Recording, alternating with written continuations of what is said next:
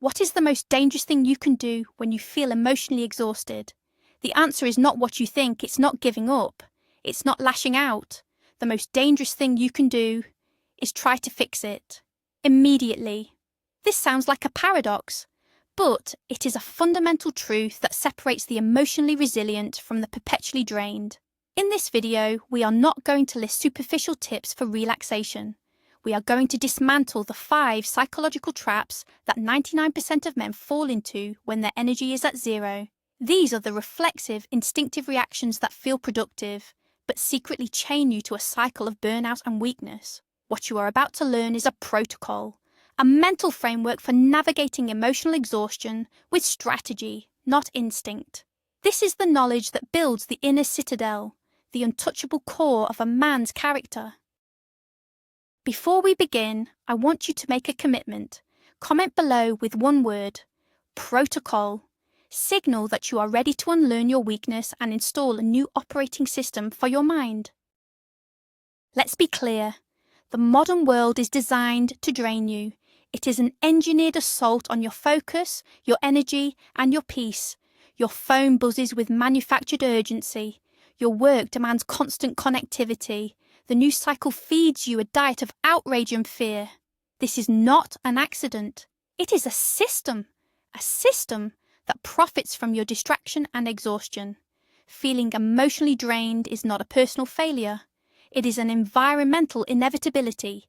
It is the tax you pay for living in an age of infinite information and finite attention. The problem is not that you get tired. The problem is that you have been given the wrong tools to deal with it. Society tells you to push through it or treat yourself. Both are equally destructive paths. Pushing through it is like redlining an engine. The breakdown is inevitable and catastrophic. Treating yourself with cheap pleasure is like putting a bandage on a broken bone. It offers the illusion of care while the underlying damage gets worse. Today, we discard these broken tools. We adopt the mindset of a strategist who sees his own exhaustion not as a crisis, but as valuable intelligence. The first mistake, the trap of productive action. When a man feels drained, his first instinct is to do something, to solve the problem that caused the exhaustion, to answer that one last email, to have that difficult conversation, to make a grand plan for how he will change everything tomorrow. This feels strong. It feels responsible. It is, in fact, the single most self-sabotaging action you can take. Think of your mind as a high-performance engine. When it is exhausted, the fuel is low and the oil is dirty. Making a critical decision or taking a significant action in this state is like trying to race a car that's running on fumes. You will not reach your destination. You will only damage the engine. The exhausted mind does not produce brilliant strategy. It produces clumsy, short-sighted, and often desperate decisions that create new problems. The Stoic alternative is not laziness. It is strategic inaction. It is the deliberate, conscious choice to pause, not to quit, but to observe. The Roman emperor and Stoic philosopher Marcus Aurelius wrote to himself, not about frantic action, but about the power of the inner citadel, a fortress of the mind that is immune to external chaos. You cannot build or defend this citadel when you are frantically trying to fix the world outside. The first step of the protocol is to declare a mental ceasefire. You give yourself permission to not solve everything right now. You recognize that your perception is clouded and your judgment is compromised. The truly strong man knows when not to act. He understands that inaction born from strategy is a greater display of power than action born from panic. So, what does this look like in practice? It means when you feel that wave of exhaustion, you stop. You consciously say to yourself, no major decisions will be made in this state. No significant actions will be taken. This is not about procrastinating your life away. It is about respecting the condition of your primary tool, your mind. It's like a surgeon refusing to operate when their hands are shaking. It's not weakness, it's professional integrity. Your task in this moment is not to fix the problem. Your task is to stabilize your internal state. You must become the calm observer of your own fatigue, not its frantic victim. This initial pause is the foundation upon which all real recovery is built. Without it, everything else you do will be built on sand. Let's reframe this. The exhausted mind lies. It tells you that if you just do this one more thing, you'll feel better. It creates a false sense of urgency. It whispers that pausing is a sign of failure. The Stoic protocol demands you identify this voice for what it is, the voice of a compromised system. A compromised system cannot be trusted to command. By choosing strategic inaction, you are not surrendering to the exhaustion. You are asserting your authority over it.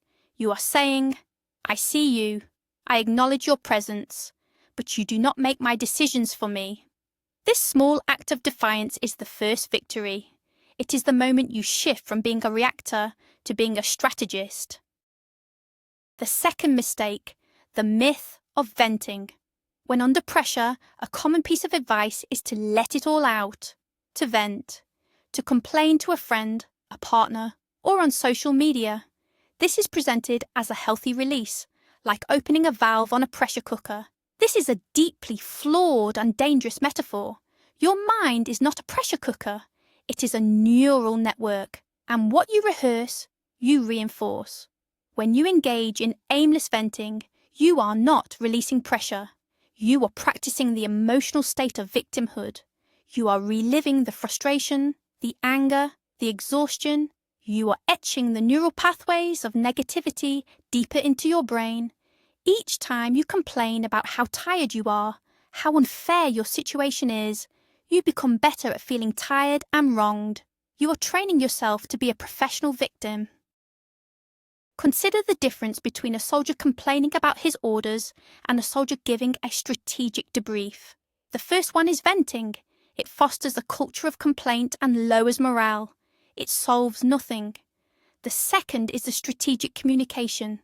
It has a purpose: to analyse what went wrong, to identify threats, and to formulate a better plan for the next engagement. The Stoic does not vent. He engages in strategic counsel. He might discuss his challenges with a trusted mentor or a peer, but the goal is not emotional release. The goal is clarity. The goal is perspective. The goal is a solution. The conversation is structured, purposeful, and forward-looking. It is not a chaotic dump of negative emotion. The modern cult of vulnerability often confuses venting with authentic connection. They are not the same. Venting makes you the centre of your own drama. It often seeks pity or validation, which are weak foundations for self-esteem.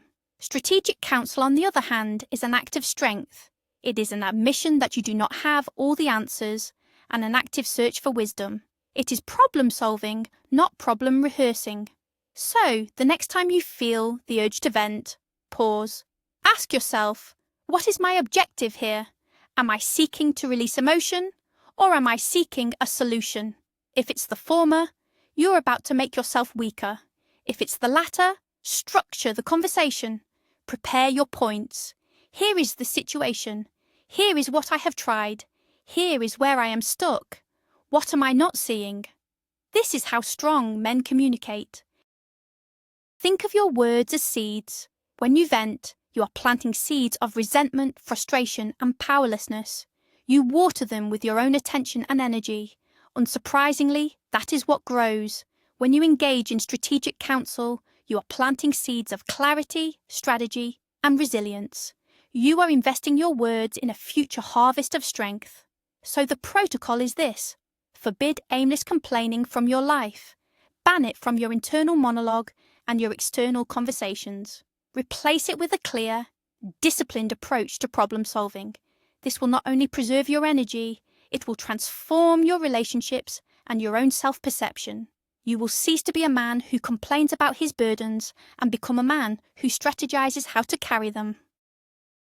The third mistake, the anesthesia of distraction. Here is the most common response to emotional exhaustion in the 21st century. The moment we feel that internal friction, that mental fatigue, we reach for an anesthetic. We reach for our phones. We scroll through endless, meaningless content. We watch pornography. We eat junk food. We binge watch a series. We seek to numb the feeling of being drained. This is a critical error. Numbing is not healing. Anesthesia does not fix the wound. It only delays your awareness of the pain. Every time you escape into a cheap dopamine loop, you're taking out a high-interest loan on your future energy and focus. The temporary relief is quickly replaced by a deeper sense of emptiness and even greater fatigue. You haven't solved the problem. You've only made it more expensive. The Stoic path is the opposite. It is not to run from the feeling of exhaustion, but to turn and face it, to examine it with detached curiosity. This is the practice of what the Stoics called prosos, or mindfulness, the art of paying attention. Instead of asking, "How can I escape this feeling?" the strategist asks, "What is this feeling telling me?" Exhaustion is not the enemy. It is a messenger. It is a piece of data. It might be telling you that your strategy is flawed, that your boundaries are weak, that you are investing energy in things that do not matter. To numb the messenger before you receive the message is an act of profound strategic foolishness. You are intentionally blinding yourself to critical intelligence about your own life. Let's be practical. The urge to distract yourself is a powerful, conditioned response. The protocol is not to fight this urge with brute willpower. It is to replace it with a better ritual. When you feel the pull of your phone, the desire for junk food, the call of mindless entertainment, do this instead. For 5 minutes, do nothing. Just sit or stand without any input. Observe the feeling of exhaustion. Where is it in your body? What does it feel like? Is it a pressure, a hollowness, a buzzing? Do not judge it. Do not analyze its cause. Just observe the raw sensation. By doing this, you are retraining your brain. You are teaching it that discomfort is not a signal to escape, but a signal to pay attention. You are building the muscle of self-awareness. This practice of strategic boredom is a superpower in the modern world. While everyone else is running from their own thoughts and feelings, you are learning to sit with them. You are learning to extract wisdom from them. The distraction is an anesthetic that leads to addiction and weakness. The observation is a diagnostic tool that leads to insight and strength. Remember, the goal is not to feel good. The goal is to be good, to be in command of yourself. Escaping into distraction makes you a slave to your impulses. Facing your internal state, even when it is uncomfortable, is the ultimate expression of freedom and personal power. Choose to be the master, not the slave. The fourth mistake, the fallacy of total isolation. When a man is drained, he often feels the need to pull back from the world, to be alone. And there is wisdom in this. Strategic solitude is a powerful tool for recovery and reflection. However, many men confuse this with a far more destructive behavior: total, reactive isolation. Strategic solitude is a conscious choice. It is when you intentionally create space to think, to plan, to reconnect with yourself. It is active. It has a purpose. Reactive isolation, on the other hand, is a retreat. It is born from a feeling of being overwhelmed. It is pushing the world away because you feel you can no longer handle it. It is a defensive crouch, not a strategic withdrawal. This kind of isolation breeds resentment and paranoia. It cuts you off from perspective and support. Seneca, another great Stoic, spoke at length about the importance of choosing your company wisely. He never advocated for a life of a hermit. He understood that we are social creatures and that the right people can be a source of strength and virtue. The wrong people, of course, can be a source of drain and vice. The key is choice. The key is intentionality. When you are exhausted, the last thing you need is to be around draining, negative, or demanding people. But you also do not need to be completely cut off from all human contact. The protocol here is to curate your social input with surgical precision. It may mean cancelling a large social gathering, but keeping a planned walk with one trusted, calm friend. It's about quality, not quantity. The danger of total isolation is that you become trapped in the echo chamber of your own exhausted mind. As we've discussed, the exhausted mind lies. It exaggerates threats. It minimizes your capabilities. It catastrophizes. Without any external trusted input, these lies can start to sound like the truth. You begin to believe the story that you are failing, that you are alone, that the world is against you. A single conversation with the right person can shatter this illusion. Not a venting session as we covered, but a calm, grounding interaction. Someone who reminds you of your own strength. Someone whose presence is calming. This is not a sign of weakness. It's a strategic use of your assets. A wise commander knows his own blind spots and uses his scouts to see the terrain more clearly. So do not mistake the act of hiding from the world for the act of strategically withdrawing from it. One is an act of fear, the other an act of power. When you feel exhausted, do not just build walls. Instead, manage your gates. Decide consciously who and what you allow into your mind and your presence. Protect your energy fiercely, but do not cut yourself off from the very connections that might be a source of renewal. The goal is to be a fortress, yes, but even a fortress has allies. A wise ruler knows that total isolation is not a sign of strength, but the first step toward a siege that you will ultimately lose. The fifth mistake, the betrayal of the physical self. This is perhaps the most insidious mistake because it feels so logical. When you are mentally and emotionally exhausted, the body feels heavy. The idea of going to the gym, going for a run, or even just eating a clean meal feels like a monumental effort. The exhausted mind whispers, you need to rest, skip the workout, order the pizza, you've earned it. This is a lie. It is a betrayal. The mind and the body are not two separate entities. They are a single, interconnected system. When you allow your physical discipline to collapse, you are cutting the anchor that holds your mind in place. You are signaling to your entire system that the standards have been lowered. That discipline is optional. This is the beginning of a downward spiral. The Stoics understood this profoundly. They were not just armchair philosophers. They trained their bodies as they trained their minds. They understood that physical hardship builds mental resilience. The Roman Stoics, in particular, valued a life of discipline, or ascesis, which included physical training. They knew that a weak body often houses a weak will. When you're at your most exhausted, maintaining your physical protocol is more important than ever. This does not mean you have to set a new personal record at the gym. It means you have to show up. You may need to scale back the intensity. A heavy lifting session might become a long walk. A high-intensity run might become a light jog. But you do the thing you said you would do. You honor the commitment to yourself.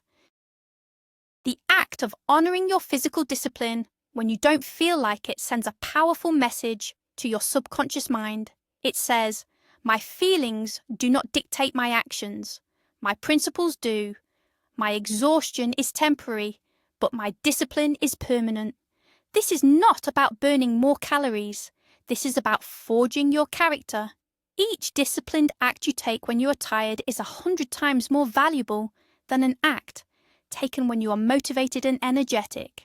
Similarly, with nutrition. The exhausted brain craves sugar and processed foods for a quick, cheap energy spike. Giving into this is like throwing wet garbage onto a struggling fire. You get a brief flare-up followed by smoke and weakness. Fueling your body with clean whole foods when you're drained is a declaration of self-respect. It says, I am worth the effort of proper fuel, even when it's hard. Do not listen to the siren song of comfort when you are in a state of exhaustion. Comfort is the enemy of growth. Your physical discipline is your non-negotiable anchor in the storm of fatigue. It is the one thing you can control when your emotions feel out of control. It stabilizes your hormones. It clears your mind. It reminds you on a primal level that you are still the one in command.